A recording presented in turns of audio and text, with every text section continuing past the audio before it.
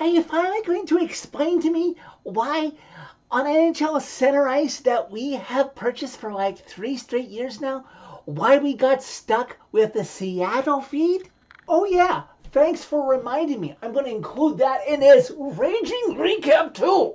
You ever just want to get down on one knee and thank the hockey gods upstairs that throw Forsberg as a Nashville Predator? Hey everybody, it's Jersey Guy.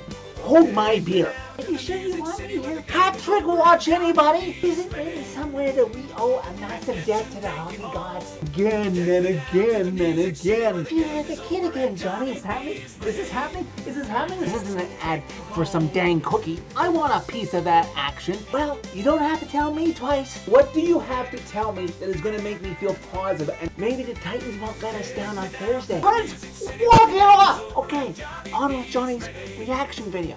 Redemption take you home. Okay, Preds lose 7-3 to the Seattle Kraken Tuesday night inside Bridgestone Arena.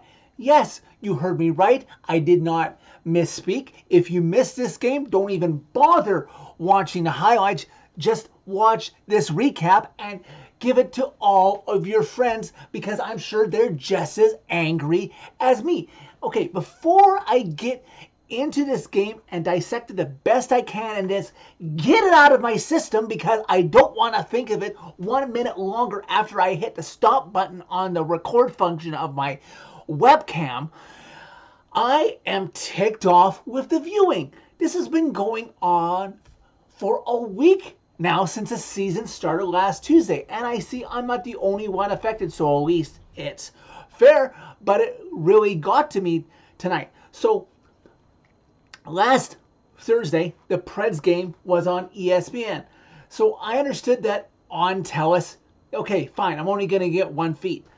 But then I started noticing something before Saturday. Why is every game on NHL Center Ice package on one channel? Typically, once in a while, you only get 1 feed, but typically you get 2 feeds. You get the home team and the away feed. Saturday, there was only 1 feed, and I saw this with quite a few other games that, okay, fine, you're getting the home team. Okay, I'll bite the bullet and tolerate Detroit. It wasn't too painful, but I really want to finally start watching Bally Sports. That was fine. I figured today, second home game of the season, not a nationally televised game. Okay, I'll get Willie and C-Mace. The NHL Center Ice bumper music goes away, and it's Kraken TV. Are you kidding me? I want Bally Sports. I pay good money, and I did a little Twitter search and found out, I don't know about the States, but in Canada, I'm not the only one.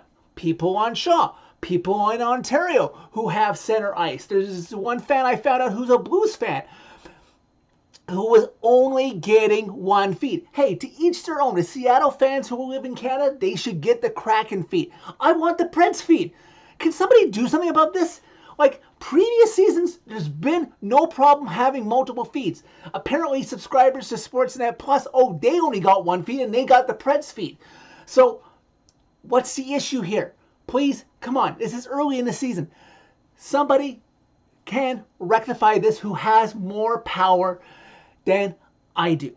Okay, now, with that out of the way. Okay, now I'm starting to get a little worried about this team, okay? Losing 4-3 at home. They battled back against the Stars last Thursday. I thought, okay, that's okay. And Scott Wedgwood was in net. And then Saturday, Stars had to return. And they lost 2-0 plus the empty net goal. Okay, fine. This team, can it not generate a lead? They haven't had a lead yet this season. This game, they fall behind 2-0. 2-1 after 1, and then tie it up at 2 and quickly give the lead right back. But hey, I thought, okay, they're finally going to figure it out when late in the second period, Brady Shea, $7 million man, tied it up. Okay, fine. They're going to figure things out finally, calm themselves down, and in the third period, but no. In a game that they were being pretty even in shots 13-12 Seattle after 1, 13-11 Preds after 2 for that period. They gave up 11 shots on goal in the third period, one of them into an empty net. I don't know why you're pulling your goalie then. They gave up 4 goals in a third period and scored absolutely nothing. This team is chasing its tail between this league. Each and every player. Sauce wasn't a big piece of why this team lost, but he wasn't a big help. A save now and then would have been nice, but the team in front of him is instilling no confidence that he doesn't have to do it all on its own. The line shuffling is continuing, trying to find what goes together with what other piece. I'll go through the box score. I know plus minus isn't the biggest factor, but this is not good. I see Yusuf Parsonen got into the lineup. He was a -3. His line mates, Colton Sissons was a -3, and big sexy Michael McCarron, despite scoring, was a -4. Oh, God, and it was so torturous, guys. Like, at least you guys, most of you watching this video, got to watch this with the soothing, sympathetic tones of Willie Donick and Chris Mason. And they weren't, like, really rubbing it in. But it wasn't making the viewing experience that much fun watching this on a Seattle feed and seeing the happy Seattle Kraken fans. Hey, all the power to them. I think they gave the stat that 2 years ago, yesterday, hey, the Kraken got their first franchise win to start the season in Nashville. Oh, yes, that was such a great memory having that in our history that we did that for Seattle. Yes. Very, very lovely. Yes. Okay. Something I thought to look up. I didn't want to look it up after 2 because I didn't want to jinx it. But falling down 5-3 and then 6-3 in the third, I thought, this isn't going to jinx it now. Let me look up the history banks because I may be a Preds fanatic, but I don't have every single thing in their history memorized. But this will probably stick with me now. You may ask, Johnny, when was the last time the Preds started 0-3 to start a season? It wasn't this decade. It wasn't last decade. You have to go back to the start of the 06-07 season. Good friends of mine who are Preds fans, one of them, I already told this, was 5 years old the last time that happened. Fortunately, in the 06-07 season, remember that was a team that eventually traded for Peter Forsberg, that team still made the playoffs. So maybe I have some semblance of confidence that this team can turn around considering the firepower on this team. Before that, the 02-03 team, I think, started with overtime losses mixed in between up to 0-7 to start the season. And before that, the 99-2000 team, that was in the expansion years. This team, with this amount of pressure on it, should not be playing like this. This was the first game of a 4-game homestand. Okay? You want butts in seats, you got to give them some semblance that something is going to happen here. Like, oh my God. And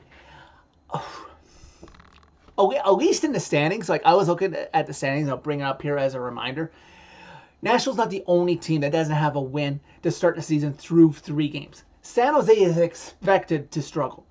But, like, you don't want to be the last team down here at the bottom of the league standings with no wins. The Canucks are 0-3. Yes, some Canucks fans who are friends of mine because I live up here in Vancouver will say, whoa, don't discount them. They've lost a couple games in the shootout or overtime, and say, yeah, but those are still gimmick points. It's still 3 losses. Colorado, going into tonight, I would have been like, well, their goaltending's a lot worse. They're 0-3, and the Oilers, as I try to look over for what the score is, were 0-3 going into the night, and they're trailing the Flyers right now, early in the second period, 2-0. So they might fall to 0-4. You're halfway through the point of 10% of the season done. And hey, speaking of the Oilers, guess who the Preds play on Thursday at home? A team that they haven't really had the number of recently, and a team who, unless they come back against the Flyers, are gonna be mad. Oh yes, that's right. The Oilers are coming to Nashville on Thursday. Win or lose for the Oilers tonight against the Flyers? Show me something and keep that team depressed when they come to Bridgestone on Thursday, or else I'm really going to start getting worried, because then they have Detroit, who got goalied by last Saturday for a matinee game this Saturday. Yes, this team is so much fun sometimes.